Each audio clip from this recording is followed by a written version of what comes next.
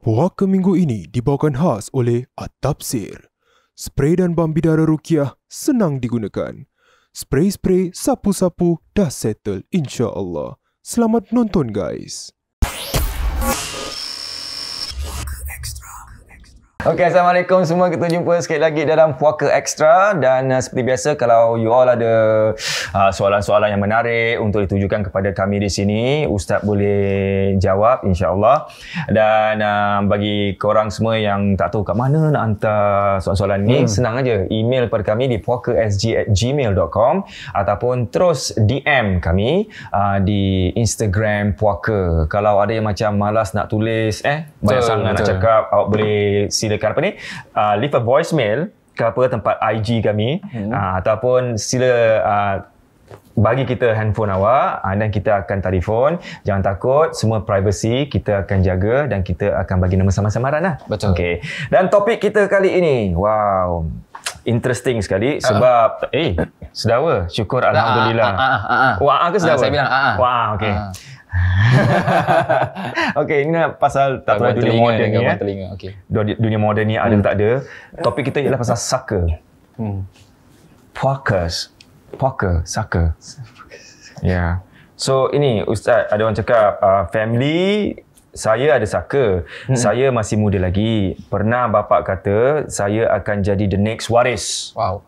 Okey, saya tak berani nak bersuara, takut kena marah. Dia seorang anak lelaki dan nak tahu macam mana saya nak menanganinya. Kalau tiba masanya, macam mana saya nak tolak pelan-pelan. Sekarang saya tengah kalut, risau.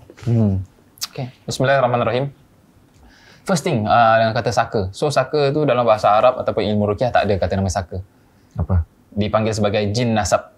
Jin asap. Jin nasab. Oh, jin asap. So jin nasab. Jin maknanya jin, nasab maknanya keturunan. Keturunan. So awal mulanya adanya jin nasab ni adalah disebabkan oleh perjanjian antara si A dengan si B. So si A ni contohnya orang kita panggil bomoh ataupun orang pandai untuk zaman dulu. Kemudian yang si B ni contohnya ada kepala ataupun ahli keluarga.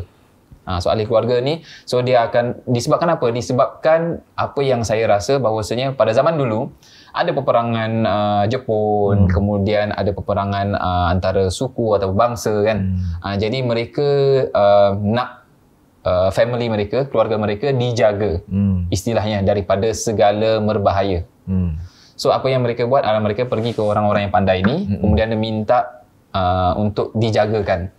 So bila ada perjanjian tu, maka orang yang pandai ni ataupun bomoh ni dia akan berikan so-called pelindung ataupun jin, which sekarang kita panggil sebagai saka, untuk menjaga. Dan kebanyakannya adalah ketujuh keturunan. Biasanya perjanjian seperti itu. After 7 baru dia akan hilang disebabkan perjanjiannya, dia akan ikut pada perjanjian tersebut. Dan secondly, bahawasanya saka ni ataupun jin nasab, dia tak semestinya kita kena terima. Kita willingly to terima, baru dia akan turun ke kita, tak. Tapi biasanya dia akan cari pada orang yang mungkin lemah imannya, kurang ibadahnya, ataupun banyak melakukan maksiat. So dia akan jatuh kepada orang tu. Tapi apa yang disebutkan oleh para ulama, kebanyakannya adalah dia akan straight away target pada anak perempuan yang pertama dalam sebuah rumah. Contohnya daripada atuk ataupun daripada bapa ataupun daripada mak, dia akan jatuh kepada anak perempuan yang pertama. Biasanya seperti itulah apa yang dilihat oleh para ulama. Tapi kalau tak ada, contohnya anak pertama perempuan memang rajin solat, rajin puasa, rajin tahajud, rajin zikir, baca Al-Quran dan lain-lain. Jadi benda ni dia tak nak duduk dalam badan dia. So dia akan pergi ke di antara adik-beradik dia. Boleh daripada perempuan dulu, baru ke lelaki. So penerimaan ni, dia bukan hanya daripada yaqzah, bukan hanya daripada dalam keadaan sedar, tapi boleh juga dalam keadaan mimpi.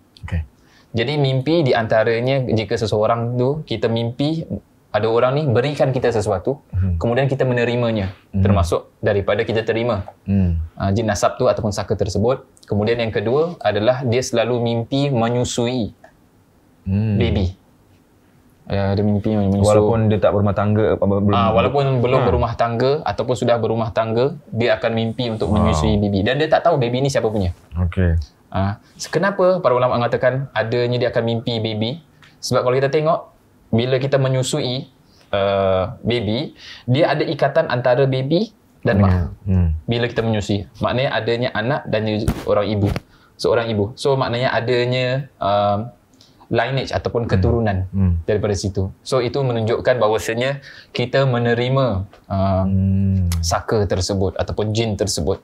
Kemudian yang pernah diceritakan oleh pesakit saya sendiri, bahawasanya atuknya itu ada saka. Jadi daripada kecil tu dia dijaga oleh atuknya. So bila kat dalam mimpi tu masih kecil lagi, tak silap saya umur 11 tahun ke 12 tahun. Dia mimpi atuknya itu sebelum meninggal, atuknya meludahkan mulut dia. Itu macam transfer. Dan dia tenganga lah. So dia ludahkan. Sejak dari situ, every day dia mesti ada gangguan. Kena hempap. Kemudian daripada irregular menstruation cycle. Kemudian daripada susah untuk membuang air kecil, air besar. Kemudian ada cramp daerah perutnya dan juga daerah kaki-kakinya itu selalu cramp. So benda-benda macam gini dia akan timbul terus disebabkan oleh saka tersebut, gangguan. Tapi ada orang cakap pasal saka tu dia menjaga. Kan? Menjaga. Maksudnya menjaga. Tapi kenapa yang dia ni macam banyak problem So daripada golongan jin, mereka bilang mereka menjaga. Tapi kita sebagai manusia, kita akan rasa terseksa, kita akan rasa terganggu. Itulah niat jin sebetulnya untuk menjaga. Padahal bagi diri kita, dia akan automatically menolak daripada segi fitrah kita. Dengan bercanggah gitu kan. Bercanggah, terima tak terima gitu ya. Yes, true.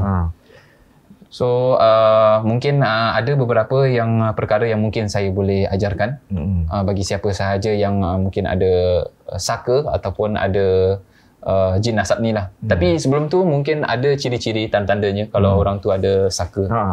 So di antara yang pertama sekali adalah dia selalu ada migraine. Okey. Tapi perlu tahu tak semua migraine saka. Okay, so di antaranya adalah migraine. Kemudian dia akan sakit di bahagian belakang, bahagian bawah. So kalau kita belajar bahagian tulang, shoulder blade lain. Atas, bawah so sikit. ni bahagian bawah. We call it lumbar. L-U-M-B-A-R.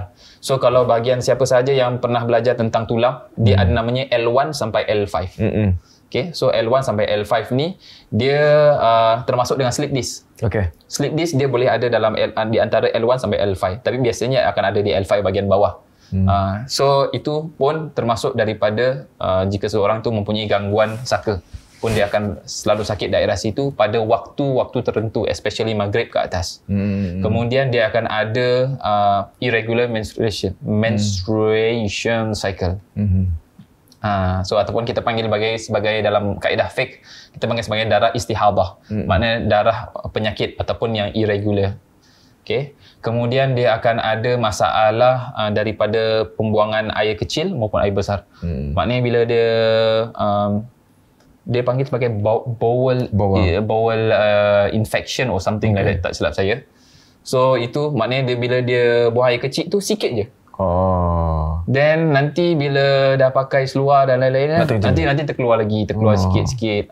So itu yang dia punya, ini dia akan najis. Itu yang mereka suka lah, bagaimana saya katakan tadi pada episod sebelum ini.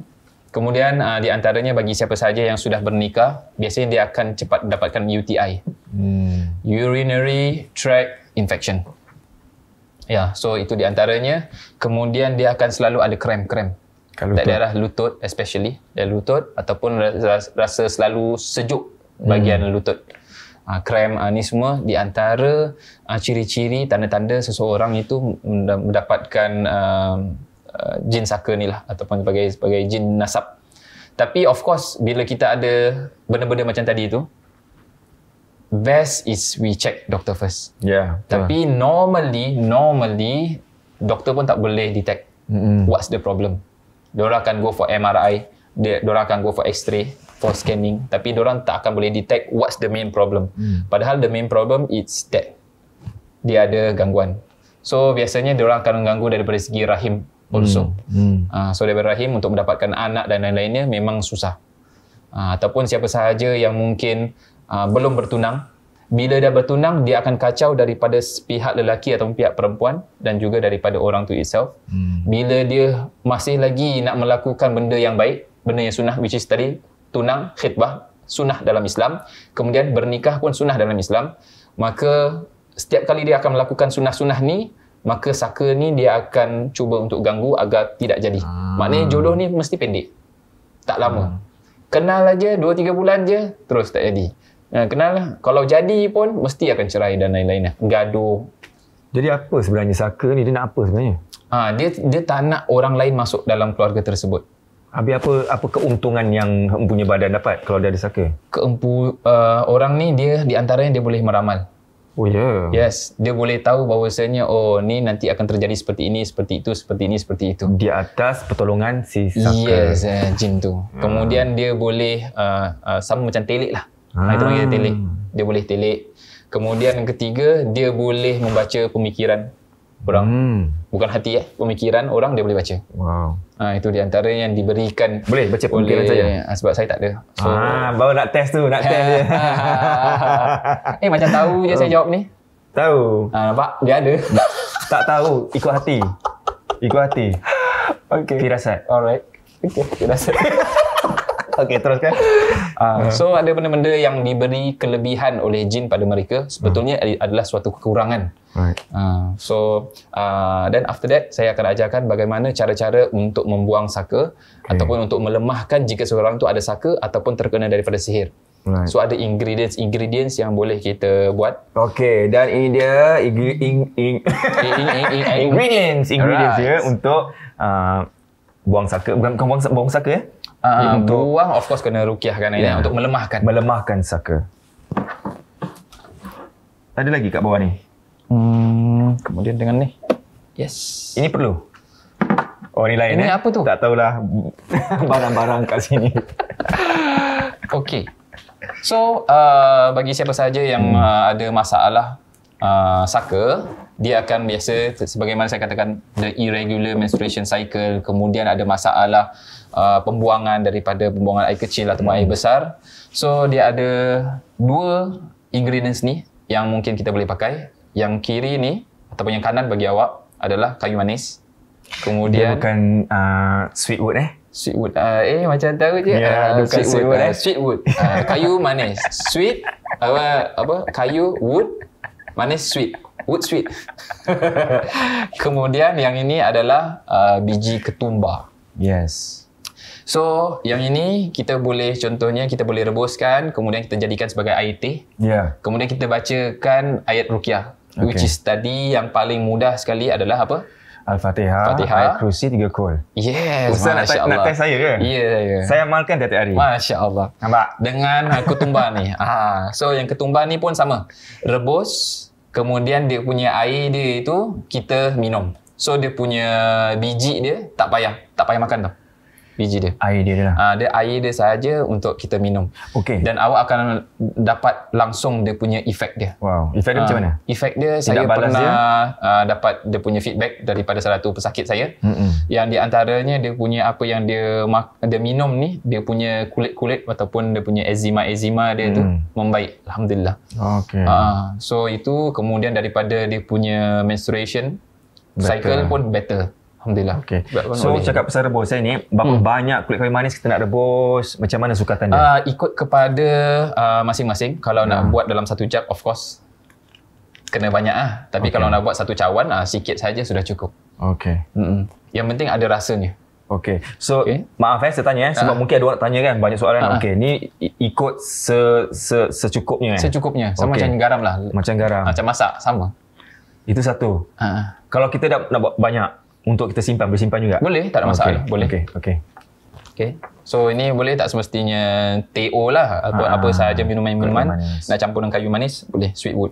Ni rasa macam mana kau rebus jintan manis ni? Ini orang-orang India suka minum tau. Jintan manis kan ni? Jintan manis pula. Bukan, ketumbar. Ketumbar. Yes.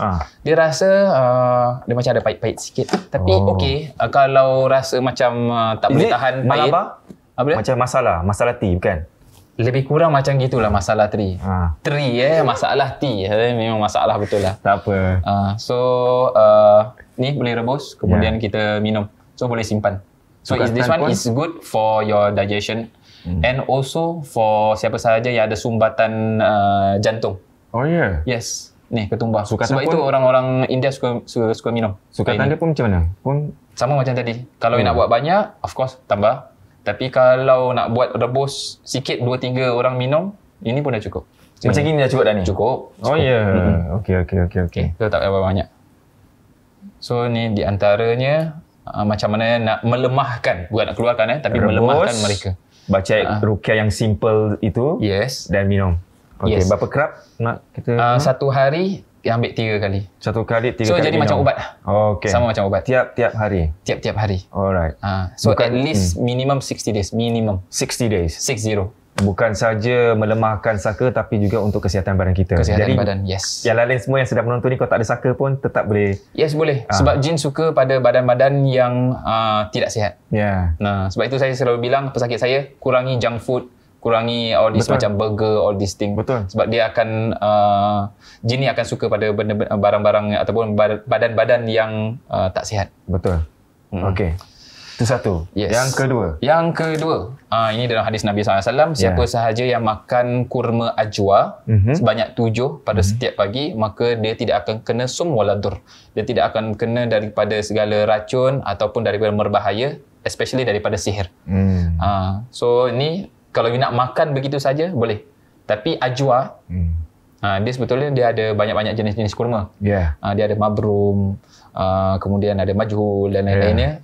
So ini ajwa you boleh makan. So tak kisah. So yang ada dengan saya sekarang ni yang ajwa jayyid. Ajwa jayyid. Jayyid tu maknanya dia punya grade dia so called macam A. Tapi dia ada lebih tinggi lagi, dipanggil ajwa aliyah. A+. Itu pun lebih baik lagi. So makan 7. Tapi kalau kalau sesiapa kat luar sana nak sponsor kurma, silakan boleh, tak ada masalah kan? Betul. Yes. Boleh, tak ada masalah. Okay, so ajwa. Okey, nak tanya, kurma mesti ajwa ke? Tak boleh kurma lain? Memang dalam hadis Nabi SAW dikatakan ajwa. Tapi jangan lupa, kita ajwa tiap pagi kita makan. Berdasarkan hadis Nabi SAW tak akan kena daripada segala racun dan juga daripada sihir. Tapi jangan lupa, you makan ajwa pagi, tengah hari you makan burger. Benda-benda tu tak you makan junk food. You makan benda-benda yang tak sihat, keropok-keropok dan lain-lain yang kurang baik untuk badan kita. Sama juga. Tak payah tengok saya lah. Okay. Betul kat depan Ustaz. Baik. Tahu kan saya makan junk food? Tahu. Ni adalah ni. Boleh nampak ya. Okay. Pandai dia pusing balik. Okay, so that's the first thing. Kalau you nak makan 7 saja, straight away. So jangan makan 2 tapi makan 7 tiap pagi. Saya suka makan 7. Bagus. Tapi kurma lain. Kurma apa? Kemudian yang kedua, boleh ambil madu. Tapi maaf kata, jangan ambil madu yang ada banyak sangat gula. Sebab madu dia sebetulnya tak ada gula. Dia tabi'i. Maknanya memang daripada lebah tu itself, daripada dia punya bunga tu itself, dah memang ada yang manis. Okay. So ambil ni, kemudian you koyak-koyakkan kurma ajwa ni, koyak-koyakkan sikit. Kemudian you letak the madu, ikut dari berapa banyak you nak letak. So kalau you nak buat untuk seminggu, of course lebih lah. Kalau nak buat sebulan, lagi banyak. Tapi tetap 7. Okay. Kemudian you koyakkan, kemudian you tuang madu ni ke dalam. Setiap pagi, petang, malam, makan 1 sudu. 1 sudu. Make sure every sudu tu ada dia punya ajwa dia. Dari apa yang kita koyak. Sebab itu kita kena koyakkan. Okay, so jangan confuse semua bukan 3 kali makan, bukan kena 7 kali. Bukan. 1 kali 7 biji, disiatkan, taruh madu, ikut secukup rasa, lepas tu kena makan sampai habis 3 kali. Yes. Maknanya 1 hari 3 tak kan? Maksudnya you buat untuk seminggu, tapi 1 hari 3 sudu lah. Sudu makan. Macam gitu. So dia akan melemahkan jin daripada dalam. Even you kalau ada you makan, boleh ada reaction, you boleh muntahkan apa sahaja yang ada kat dalam. Especially kalau seorang tu bila dia sihir melalui perut. Ada orang sihir perut, so maknanya dalam perut dia ada macam-macam. Jadi saya pernah berikan orang ni, kemudian bila dia makan tu, dia muntahkan apa sahaja yang kat dalam. Ada rambut, darah dengan paku. Keluar tau daripada mulut dia. Ada gambar? Tak ada pula tapi ada dalam saya punya IG tapi saya kena cari balik lah. Kalau ada kita tahu kat tengah ni InsyaAllah. So saya akan cari balik. So dia muntahkan 3 benda ni ketika dia makan ni. So dia sebagai racun bagi kaum jin. Okey, itu dia. Kalau semua dah cuba ni, kalau nak lebihkan lagi perawatan tu, senang aja. Anda boleh terus ni ada Ustaz www. Lupalah company At-Tafsir.com. Semua information semua dekat bawah sini. Jadi jangan risau. Boleh book insya-Allah. Boleh book Boleh. Nampak. Okey, itu saja Ustaz. Untuk ni ada lagi information pasal saka? Ada lagi Ustaz yang Ustaz nak sampaikan? Masya-Allah. Amin. Baiklah. Itu saja. Pun tak boleh tahan. Tak boleh tahan. Diorang dah ngantuk. Dah malam ni. Gitu. Okey, kita jumpa pada minggu hadapan dan jangan lupa bagi awak semua kalau ada mungkin nak lebih lanjut tahu tentang saka ni, anda boleh terus email kepada kami puaka.sg@gmail.com dan sekiranya ada apa-apa soalan-soalan lain boleh terus DM kami di Puaka Instagram dan terima kasih banyak kepada anda semua kerana menonton. Betul. Ya, jangan lupa hari Khamis ini. Okey, hari Khamis ni pukul 9. Ya, kita akan upload semua Puaka episod baru dan terima kasih kepada pihak penaja yang sudi sponsor makanan kita hari ini. Makanan lagi. Tehmami.sg. Check them out kat bawah sini. Teh Mami sedap, nasi berani ayam dengan teh susu. Wow. Memang rasa memang puas hati. Alhamdulillah. Okey. Terus ke Susu channel, Susu TVC channel. Jangan lupa untuk like, share dan juga subscribe. Jangan lupa untuk tekan butang loceng yang ada di tepi untuk mendapatkan maklumat ataupun notification yang berikut insya-Allah. Baik. Jumpa lagi minggu depan dalam Puaka Extra.